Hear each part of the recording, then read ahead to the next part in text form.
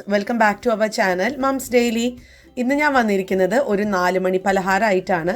നല്ല ഹെവി ആയിട്ടുള്ള ഒരു ചായക്കടി എന്ന് വേണമെങ്കിൽ പറയാം.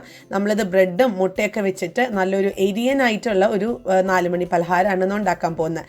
അപ്പോൾ ഇതെങ്ങനെ ഉണ്ടാക്കാമെന്ന് നമുക്ക് പെട്ടെന്നൊന്ന് കണ്ടു നോക്കാം. അപ്പോൾ അതിനായിട്ട് ഞാനിവിടെ ഒരു പാൻ അടുപ്പത്ത് വെച്ചിട്ടുണ്ട്. അതിനകത്തോട്ട് ഞാൻ വെളിച്ചെണ്ണ ഒരു 2 ടേബിൾ സ്പൂണോളം ചേർത്ത് കൊടുക്കുന്നുണ്ട്.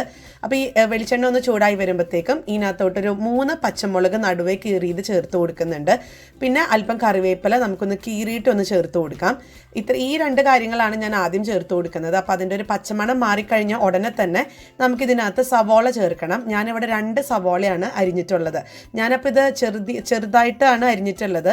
അപ്പോൾ നമുക്കിത് പെട്ടെന്നൊന്ന് വഴണ്ട് കിട്ടാൻ വേണ്ടിയിട്ടാണ്. അല്ലെങ്കിൽ നിങ്ങൾക്ക് ഇഷ്ടത്തിന് എങ്ങനെയാണോ അങ്ങനെ ചെയ്യാം. നമ്മൾ സാധാരണ മുട്ട പഫ്സ് ഒക്കെ ഉണ്ടാക്കുമ്പോൾ അതിനകത്തുള്ള ഒരു മസാല ഉണ്ടല്ലോ, അപ്പോൾ ആ ഒരു മുട്ട മസാല, ആ മസാലയാണ് നമ്മളിപ്പോൾ ഇന്ന് ഉണ്ടാക്കാൻ പോകുന്നത്. അപ്പോൾ ഞാൻ സവോളയും ഈ ഒരു പച്ചമുളകും കറിവേപ്പിലൊക്കെ കൂടെ നന്നായിട്ട് തന്നെ ഒന്ന് വഴറ്റിയെടുക്കുന്നുണ്ട്. അപ്പോൾ ചെറുതായിട്ട് 1 മിനിറ്റോളം ഞാനൊന്ന് ഇളക്കി കൊടുത്തിട്ടുണ്ടായിരുന്നു. ഇനി ഇതിനകത്തോട്ട് ഞാൻ 1 ടീസ്പൂണോളമുള്ള ഇഞ്ചി വെളുത്തുള്ളി ചതച്ചത് ചേർത്ത് കൊടുക്കുന്നുണ്ട്. അല്ലെന്നുണ്ടെങ്കിൽ പേസ്റ്റോ അല്ലെങ്കിൽ ചെറുതായിട്ട് അരിഞ്ഞതും ചേർത്ത് കൊടുക്കാം. ഇനി നമുക്കിത് നന്നായിട്ടൊന്ന് കളറൊക്കെ ഒന്ന് മാറി സവോളയൊക്കെ ഒന്ന് ചെറുതായിട്ട് സോഫ്റ്റ് ആവുന്നത് വരെ ഒന്ന് ഇളക്കിയെടുക്കണം. അപ്പോൾ സവോളയൊക്കെ ഒന്ന് വഴണ്ടി വന്നിട്ടുണ്ട്. ഇനി ഇതിനകത്തോട്ട് ഞാൻ ഒരു 1/2 ടീസ്പൂണോളമുള്ള മഞ്ഞൾപ്പൊടി, 1 ടീസ്പൂണോളമുള്ള കാശ്മീരി ചില്ലി പൗഡറാണ് ചേർത്ത് കൊടുക്കുന്നത്, അല്ല സാധാരണ മുളക് പൊടി, ഒരു 1/4 ടീസ്പൂണോളമുള്ള മല്ലിപ്പൊടി, ഒരു 1/2 ടീസ്പൂണോളമുള്ള ഗരം മസാലപ്പൊടി. ഇത്രയും പൊടികളാണ് ചേർക്കുന്നത്. നിങ്ങൾക്ക് വേണമെന്നുണ്ടെങ്കിൽ കുരുമുളക് പൊടി ആണെന്നുണ്ടെങ്കിലും ചേർക്കാം കേട്ടോ. ഒരു 1/4 ടീസ്പൂൺ കുരുമുളക് പൊടി ചേർത്താലും നല്ലതാണ്. ഇനി നമുക്കിതിൻ്റെ ഒരു പച്ചമണം, ഈ പൊടികളുടെ പച്ചമണം മാറുന്നത് വരെ ഒന്ന് ഇളക്കി കൊടുക്കാം. ഈ പൊടികളൊക്കെ ഇടുന്ന സമയത്ത് ലോ ഫ്ലെയിമിൽ തന്നെ ഇടാൻ ശ്രദ്ധിക്കുക, ഇല്ലാന്നുണ്ടെങ്കിൽ ഈ പൊടിയൊക്കെ പുക ആളാൻ സാധ്യതയുണ്ട്. അപ്പോൾ ഞാനിനി ഇതൊന്ന് നന്നായിട്ട് ഇളക്കിയിട്ട് വരാം. ഞാനിപ്പോൾ ഇതുവരെ ഉപ്പൊന്നും ചേർത്തിട്ടില്ലായിരുന്നു. അപ്പോൾ ഇതിനകത്തോട്ട് ആവശ്യത്തിനുള്ള ഉപ്പും കൂടെ ചേർത്തിട്ട് ഒന്ന് മിക്സ് ചെയ്തെടുക്കുന്നുണ്ട്. ഞാനിതിനകത്തോട്ട് വെള്ളം അങ്ങനെ ഒഴിക്കുകയല്ല ചെയ്യുന്നത്, ജസ്റ്റ് ഒന്ന് തളിച്ചു കൊടുക്കുക ചെയ്യുന്നത്. നമുക്ക് നമുക്ക് മുട്ട പഫ്സിന് ഒക്കെ നമുക്കറിയാം ഒത്തിരി അങ്ങ് ഗ്രേവി ആയിട്ടങ്ങ് ഇരിക്കേണ്ട കാര്യമൊന്നുമില്ല. അപ്പോൾ അതുകൊണ്ട് ജസ്റ്റ് ആ ഒരു സവോളയും ഈ ഒരു മസാലപ്പൊടികളൊക്കെ ഒന്ന് ഒതുങ്ങാനൊക്കെ വേണ്ടിയിട്ട് ഇച്ചിരി വെള്ളം. അപ്പോൾ ഞാൻ 2 തവണയാണ് ഒന്ന് തെളിച്ചു കൊടുത്തിട്ടുള്ളത്. അപ്പോൾ നമ്മുടെ മസാല ഇവിടെ റെഡിയാണ്. നല്ലൊരു സ്മെല്ലൊക്കെ വരുന്നുണ്ട്, ശരിക്കും മുട്ട മസാല തന്നെ. ഇനി ഇതിനകത്തോട്ട് ഞാൻ അല്പം മല്ലിയില ഒന്ന് ചെറുതായിട്ട് അരിഞ്ഞതും കൂടെ ഒന്ന് തൂവി കൊടുക്കുന്നുണ്ട്. നിർബന്ധമൊന്നുമില്ല, മല്ലിയിലേറെ ഫ്ലേവർ ഇഷ്ടമുള്ളവർക്ക് അതൊന്ന് ചേർത്ത് കൊടുക്കാം. അപ്പോൾ ഞാൻ ഫ്ലെയിം ഓഫ് ചെയ്തു. ഈ മല്ലിയിലും കൂടെ ഒന്ന് നന്നായിട്ടൊന്ന് മിക്സ് ചെയ്തിട്ട് ഇതിവിടെ ഒന്ന് മാറ്റി വെക്കുന്നുണ്ട്. ഇനി നമുക്ക് ഒരു 3 മുട്ട നമുക്ക് ഈ ബ്രെഡ് ഒന്ന് മുക്കി എടുത്തിട്ട് വേണം നമുക്ക് കുറച്ച് കാര്യങ്ങൾ ചെയ്യാൻ. അപ്പോൾ അതിനായിട്ട് ഞാനൊരു ബൗൾ എടുത്തിട്ടുണ്ട്. അതിനകത്തോട്ട് ഒരു 3 മുട്ട ഞാൻ പൊട്ടിച്ചൊഴിക്കുന്നുണ്ട്. ഇനി ഇതിനകത്തോട്ട് ഞാൻ 1 പച്ചമുളക് ചെറുതായിട്ട് അരിഞ്ഞതാണ്, വളരെ ചെറുതായിട്ട് അരിഞ്ഞത് ചേർത്ത് കൊടുക്കുന്നുണ്ട്. അതുപോലെ അല്പം മല്ലിയിലും കൂടെ അരിഞ്ഞ് ചേർക്കുന്നുണ്ട്. ആ മുട്ടയ്ക്ക് ഒരു നല്ലൊരു ഫ്ലേവർ കിട്ടാൻ വേണ്ടിയിട്ടാണ്. നമുക്കിത് പ്ലെയിൻ ആയിട്ട് ചെയ്യണമെന്നുണ്ടെങ്കിൽ ചെയ്യാം, ആവശ്യത്തിനുള്ള ഉപ്പൊക്കെ ചേർത്തിട്ട്. ഞാൻ കുറച്ചൊരു ഫ്ലേവർ കിട്ടട്ടെ എന്ന് ഓർത്തിട്ടാണ് ഇത് രണ്ടും ചെയ്തത്. ഇനി ഇതിനകത്തോട്ട് ഞാൻ അല്പം ആവശ്യത്തിനുള്ള ഉപ്പും കൂടെ ചേർത്ത് നന്നായിട്ട് തന്നെ നമുക്ക് അടിച്ചെടുക്കണം. കാരണം നമുക്ക് ബ്രെഡ് ഇതിനകത്തൊന്ന് മുക്കിയെടുക്കാനുള്ളതാണ്. അപ്പോൾ അത് ആവശ്യത്തിന് അടിച്ചിട്ടില്ല എന്നുണ്ടെങ്കിൽ അത് അവിടെ ഇവിടെയൊക്കെ ഇങ്ങനെ കട്ടയായിട്ട് കിടക്കും. അപ്പോൾ അത് ഒഴിവാക്കാനായിട്ട് നന്നായിട്ട് തന്നെ നമുക്കൊന്ന് ബീറ്റ് ചെയ്ത് കൊടുക്കണം. അപ്പോൾ നമ്മുടെ മുട്ട ബീറ്റ് ചെയ്തത് ഇവിടെ റെഡിയാണ്. ഇനി നമുക്ക് ബ്രെഡിൻ്റെ കാര്യങ്ങൾ നോക്കാം. ഞാനിവിടെ ഇപ്പോൾ 5 സ്ലൈസസ് ബ്രെഡ് എടുത്തിട്ടുണ്ട്. അപ്പോൾ ബ്രെഡിൻ്റെ അരുവൊക്കെ നമുക്കൊന്ന് കളയണം. അരു എടുക്കേണ്ട കാര്യമില്ല കേട്ടോ. അപ്പോൾ അതിൻ്റെ ആ ഒരു ബ്രൗൺ ഭാഗം ഞാനൊന്ന് മുറിച്ച് മാറ്റി എടുക്കുന്നുണ്ട്. അപ്പോൾ ഈ മുറിച്ച് മാറ്റിയ ബ്രൗൺ ഭാഗം കളയേണ്ട കാര്യമൊന്നുമില്ല. നമുക്ക് ബ്രെഡ് ക്രംസ് ഉണ്ടാക്കാം, അതായത് കട്ട്ലേറ്റ് ഒക്കെ ഉണ്ടാക്കാനായിട്ട്. അപ്പോൾ ഇത് ഒന്ന് ചെറുതായിട്ടൊന്ന് ഡ്രൈ റോസ്റ്റ് ചെയ്തിട്ട് മിക്സിയിൽ പൊടിച്ചെടുത്ത് കഴിഞ്ഞാൽ നമുക്ക് ബ്രെഡ് ക്രംസ് ആയി. അപ്പോൾ അത് ഞാൻ മാറ്റി വെച്ചിട്ടുണ്ട്. അപ്പോൾ നമ്മുടെ ബ്രെഡും ഇവിടെ റെഡിയാണ്. അപ്പോൾ ഇതിൻ്റെ ചെറിയൊരു ഭാഗത്തിൻ്റെ ബ്രൗൺ കളർ പോയിട്ടില്ല. അപ്പോൾ അതും കൂടെ ഞാനൊന്ന് മാറ്റി വെക്കുന്നുണ്ട് കേട്ടോ. അപ്പോൾ ഇതിന് വേണ്ടുന്നുള്ള ബ്രെഡ് ഇവിടെ റെഡിയാണ്. ഇനി അടുത്തത് ഞാനൊരു 4 മുട്ട പുഴുങ്ങിയിട്ടുണ്ടായിരുന്നു. നമുക്ക് ആ മുട്ട മസാലയ്ക്ക് അകത്ത് ഇടാനുള്ള മുട്ടയാണ് ഈ പുഴുങ്ങിയ മുട്ട. അപ്പോൾ ഈ 4 മുട്ട അങ്ങനെ ഇടാതെ നമുക്ക് ഒന്നില്ലെങ്കിൽ ഇതുപോലെ ഒരു ചെറിയ ചെറിയ കഷ്ണങ്ങളാക്കി ഇടാം. അല്ലാന്നുണ്ടെങ്കിൽ ഗ്രേറ്ററിൽ നമുക്കൊന്ന് ഗ്രേറ്റ് ചെയ്തിട്ടാണെന്നുണ്ടെങ്കിലും എടുക്കാവുന്നതാണ്. അപ്പോൾ ഞാനിന്നിപ്പോൾ ഇങ്ങനെ കത്തി എടുത്തിട്ട് ഇങ്ങനെ 4 ഭാഗമായിട്ടൊക്കെ കുഞ്ഞു കഷ്ണങ്ങളാക്കി മുറിച്ചെടുക്കുന്നുണ്ട്. അപ്പോൾ ഇതാ ഇങ്ങനെയാണ് കേട്ടോ ഞാൻ മുറിച്ചെടുത്തിട്ടുള്ളത്. അപ്പോൾ അതവിടെ മാറ്റി വയ്ക്കാം. ഇനി നമ്മൾ ഏത് പാത്രത്തിലാണോ നിങ്ങൾ ഉണ്ടാക്കാൻ പോകുന്നത് ഈ ഒരു വിഭവം, അത് ഞാൻ പറയാം അല്പം കുഴിയുള്ള ഒരു പാത്രം എടുക്കാനാണ് ഞാൻ പറയാം. ഇതിപ്പോൾ ഇവിടെ ചായ ഉണ്ടാക്കുന്ന ഒരു പാത്രമാണ്. അപ്പം അതാകുമ്പോൾ നമുക്ക് നല്ല കുഴിയായിട്ട് കിട്ടും ചെയ്യും. മാത്രമല്ല നമുക്ക് കേക്കൊക്കെ നമ്മൾ ഉണ്ടാക്കി വരുന്നത് പോലെയുള്ള ആ ഒരു ഷേപ്പിനകത്ത് വരും ചെയ്യും. അപ്പോൾ ഏത് പാത്രത്തിലാണ് നിങ്ങൾ ഉണ്ടാക്കുന്നത് ആ പാത്രത്തിൽ നമുക്ക് അല്പം എണ്ണയോ ബട്ടറോ നെയ്യോ എന്താണെങ്കിലും ഒന്ന് തൂത്ത് കൊടുക്കാം. ഞാനിപ്പോൾ അല്പം വെളിച്ചെണ്ണയാണ് എല്ലായിടത്തും ഒന്ന് തേച്ച് കൊടുക്കുന്നുണ്ട്. നമുക്കിതിൻ്റെ ആ ഒരു മോൾ ഭാഗത്തും ഒക്കെ കൂടെ നന്നായിട്ട് തന്നെ തേച്ച് പിടിപ്പിക്കണം കേട്ടോ. ഇനി അടുത്തത് ചെയ്യാനുള്ളത്, നമ്മൾ ബീറ്റ് ചെയ്ത് വെച്ചിരിക്കുന്ന മുട്ടയ്ക്കകത്തോട്ട് നമ്മൾ അരിയൊക്കെ കളഞ്ഞെടുത്ത് വെച്ചിട്ടുള്ള ഓരോ ബ്രെഡും നമ്മൾ മുക്കി നന്നായി എല്ലായിടത്തും തന്നെ ആകത്തക്ക രീതിയിൽ മുക്കിയെടുക്കണം.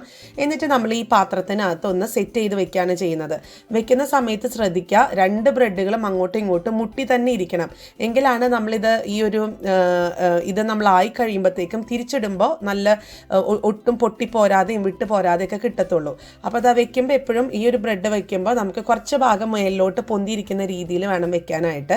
അപ്പോൾ അത് ഞാൻ കാണിക്കാം. അപ്പോൾ ഒന്നാമത്തെ ബ്രെഡ് അങ്ങനെ വെച്ചിട്ടുണ്ട്. രണ്ടാമത്തെ ബ്രെഡ് ഞാൻ മുക്കി ഇതിനകത്തോട്ട് വെക്കുമ്പം അത് രണ്ടും ഒട്ടിയിരിക്കുന്ന രീതിയിൽ വേണം നമുക്ക് വെക്കാനായിട്ട് കേട്ടോ. അപ്പോൾ ഞാനപ്പോൾ ഇതുപോലെ ബാക്കിയുള്ള ബ്രെഡുകളും ഇതുപോലെ ഒന്ന് എടുത്തിട്ട് വരാം. പിന്നെ മാത്രമല്ല നമുക്കിപ്പോൾ സൈഡുകളിലൊന്നും നമുക്ക് മുഴുവനായിട്ടുള്ള ബ്രെഡ് വെക്കാൻ ഒക്കത്തില്ല. അപ്പോൾ അങ്ങനെ വരുമ്പോഴത്തേക്ക് നമുക്ക് ബ്രെഡ് ഒന്ന് ചെറുതായിട്ട് മുറിച്ച് അതിന് ആ ഒരു ഭാഗം ഫില്ല് ചെയ്യാൻ വേണ്ടുന്നുള്ള ബ്രെഡ് ഒന്ന് കീറിയിട്ട് നമുക്കൊന്ന് വെച്ച് കൊടുക്കാം.